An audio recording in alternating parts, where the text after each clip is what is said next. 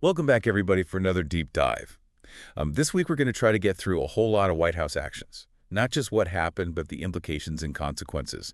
And are there any precedents that were set or broken? It's been a busy week. Yeah, it seems like every day there's another executive order or policy shift or some kind of move that is unexpected. The volume is pretty remarkable. Yeah, and some of these things kind of make you scratch your head and think what's going on here. Yeah. We have a science funding freeze. Elon Musk's apparently running a new government department, troops to the Mexican border. It's a lot to unpack. Let's start with that science funding freeze. This OMB memo that was reported on by Ars Technica halted federal grant funding for scientific research, pending a review based on ideological alignment with the Trump administration. So, is this science is under attack? It seems like it kind of is. Yeah, but what's particularly concerning is that it focuses on ideology. It's a dangerous precedent to set. Requiring research to align with a specific political agenda undermines the foundation of scientific inquiry. It should be based on evidence, not ideology, and the memo targets anything related to the Green New Deal or anything deemed anti-DEI. So what does that mean for researchers? Are they just supposed to stop working on projects related to climate change or social equity? The problem is the vagueness of the categories. What exactly constitutes anti-DEI? It creates a chilling effect. Researchers might be discouraged from pursuing certain areas of study that they would have otherwise. And as the Ars Technica article points out, it could have a ripple effect throughout the scientific community, impacting funding streams and hindering innovation. Yeah, what happens to research on public health, environmental issues, Sure. technological advancements? They specifically mentioned this NIH Small Business Innovation Research Grants, which are very crucial for a lot of biotech startups. If those are disrupted or delayed because of ideological reviews, it could really stifle innovation and have some long-term consequences. And the freeze has been put on hold for now, but the underlying concern remains: can research truly be free and objective if it's always being looked at through a political lens? That is the key question here. This raises a lot of concerns about the integrity of scientific funding and the potential for political interference. Speaking of political interference, let's move on to Robert S. Kennedy Jr., Trump's nominee for HHS Secretary. His confirmation hearing was quite a spectacle. There is a YouTube transcript floating around that captures a heated exchange over his income from lawsuits against vaccine manufacturers. So that raises red flags right there. We're talking about the person who could potentially be leading the Department of Health and Human Services, the agency that's responsible for public health policy, profiting from lawsuits against the companies that produce vaccines. And during the hearing, he refused to commit to not profiting from those lawsuits while in office. So this conflict of interest is troubling.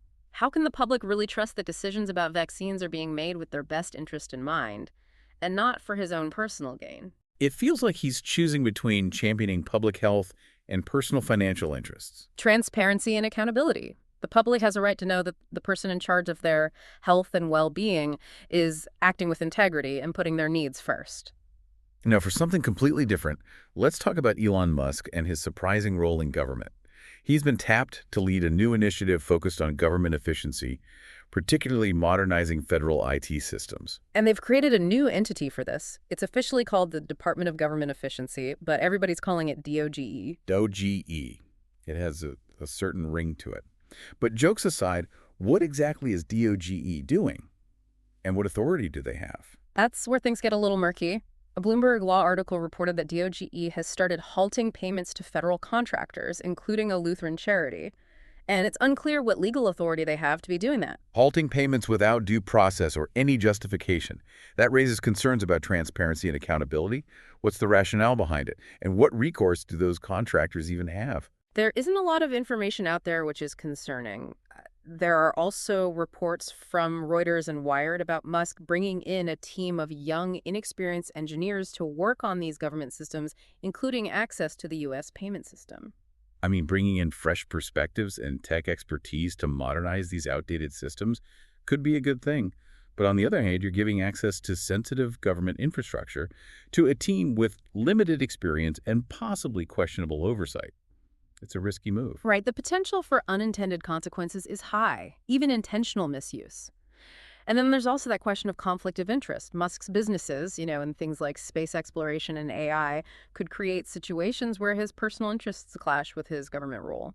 So is this a bold move towards efficiency and innovation, or is this an alarming power grab that could have disastrous consequences? It's the million-dollar question. We need more information, more oversight, and more accountability to ensure that this initiative serves the public interest and doesn't devolve into something reckless or self-serving. Now let's shift gears and talk about the southern border, where things seem to be escalating. President Trump recently issued an executive order that designated Mexican cartels as terrorist organizations. This has heightened tensions with the Mexican government and paved the way for a military deployment to the border. And to make things even more tense, Defense Secretary Hegseth publicly stated that all options are on the table regarding military action against these cartels, even hinting at the possibility of strikes within Mexico. This is dangerous territory. Designating cartels as terrorist organizations has significant legal ramifications, potentially blurring the lines between law enforcement and military action. And talk of military strikes on foreign soil without clear justification or congressional approval. It raises constitutional concerns. And not to mention, it has the potential to destabilize the region even further and escalate tensions with Mexico. What are the rules of engagement here? What are the objectives? What are the potential consequences? We need clarity, we need transparency, and we need a measured approach. This isn't something that can be solved with just military force, diplomacy, and cooperation, and a deep understanding of the complex factors that are driving this drug trade and migration are essential. And speaking of complex factors, let's not forget the economic side of things. Trump also decided to impose 25% tariffs on imports from Canada and Mexico. The goal is to pressure these countries on border security and drug trafficking, but the economic implications are significant. I was reading some AP News articles that detail the potential impact on consumers' price increases on a wide range of goods, from cars to produce to everyday essentials. And then there's the potential for retaliatory tariffs from Canada and Mexico, which could further harm the U.S. economy. This is classic protectionist trade policy with unpredictable and potentially damaging consequences. While the tariffs have been temporarily paused after Canada and Mexico agreed to enhance border security, the underlying tensions remain. So this trade war rhetoric and these sudden aggressive moves create a lot of uncertainty and instability. How do businesses even plan for the future when the rules of the game seem to change so suddenly? It creates a very volatile economic environment domestically and internationally. And it's not just about the economic impact. These actions strain relationships with our closest trading partners and undermine decades of cooperation. It's a lot to process. We've only scratched the surface of this week's White House actions. There's so much to unpack, from executive orders to personnel changes, policy shifts to international incidents.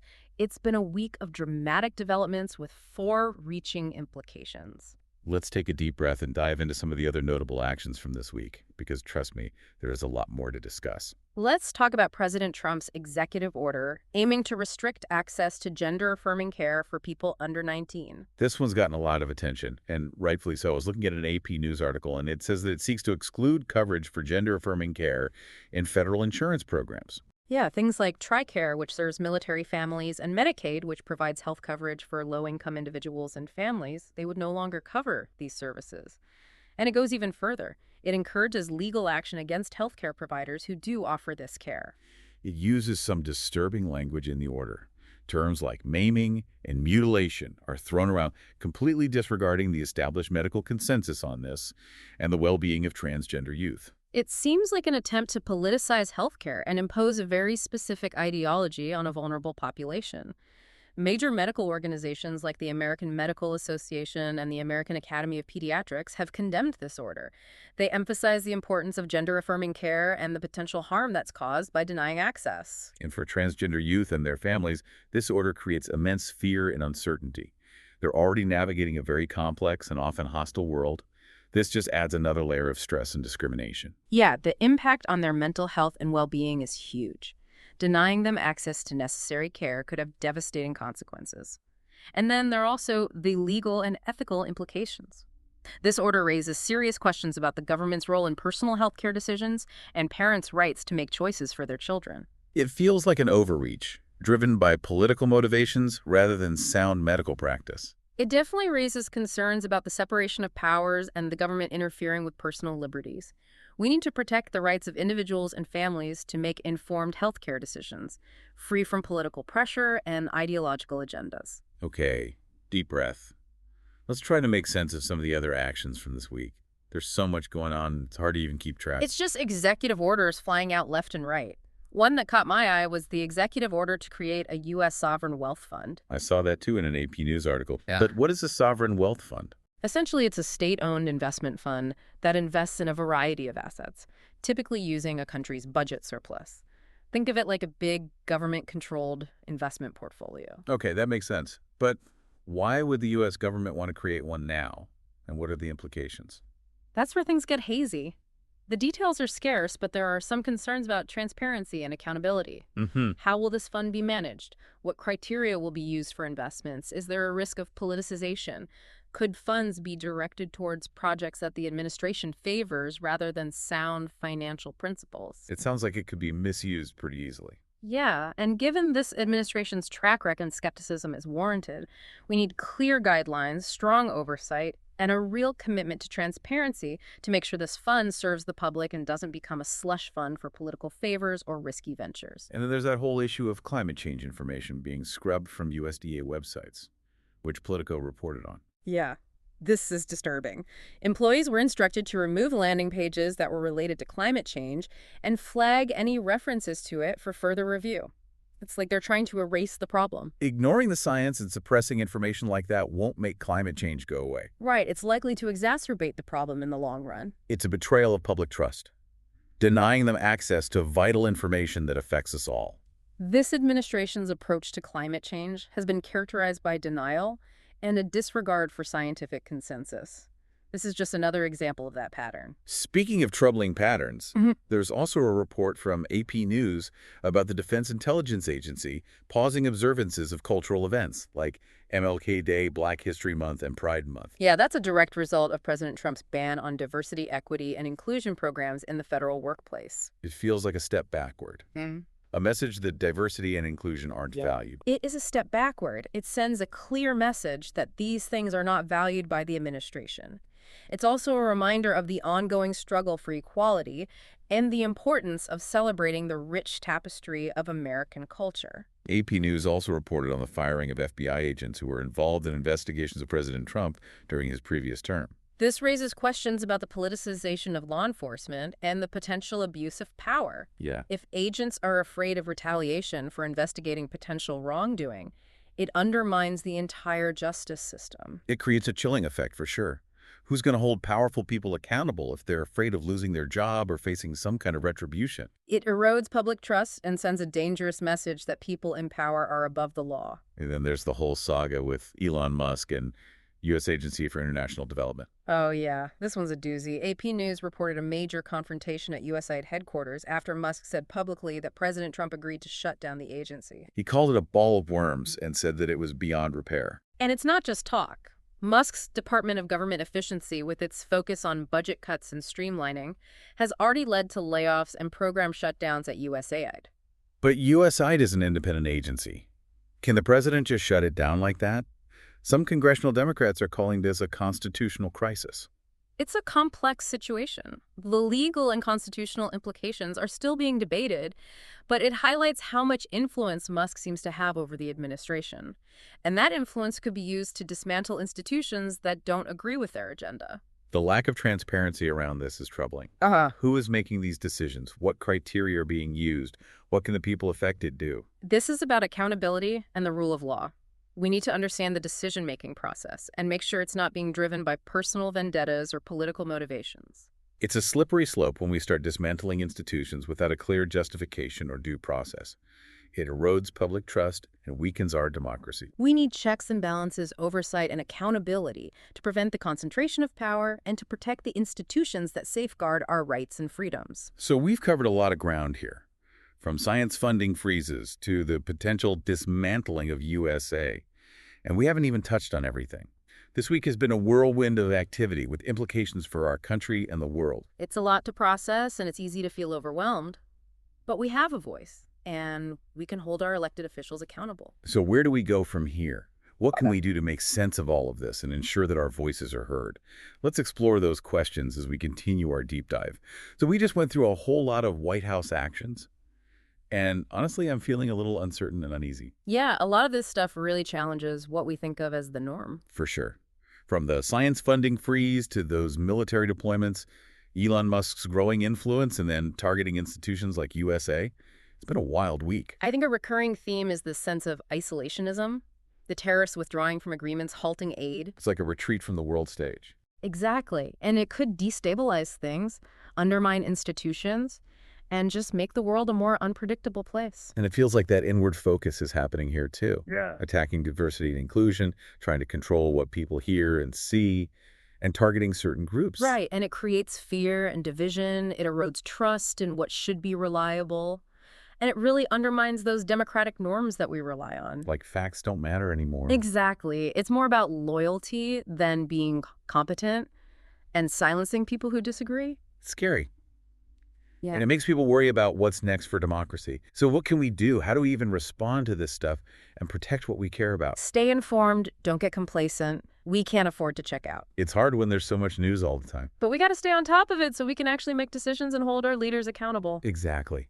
And it's not just reading the news, it's talking about it too. Yes. Have those hard conversations with family and friends. Really listen to each other. Maybe find some common ground. We have to bridge these divides somehow. It feels like everything is pulling us apart. And then there's collective action. Find organizations you believe in, support them, get involved. Maybe protest, contact your representatives, make noise. Even small things matter, right? Absolutely. It's about having hope and taking action. We're at such a turning point. The choices we make NALW really matter. They do. It's time to defend what we believe in. Those institutions that keep things fair. We have to speak up and work towards a better society, a just society. It's a huge task, but it's on US now. The future isn't set in stone. We decide what part we play in all this. That's a good note to end on. Thanks for joining us on this deep dive. We'll see you next time for another look at what's shaping our world.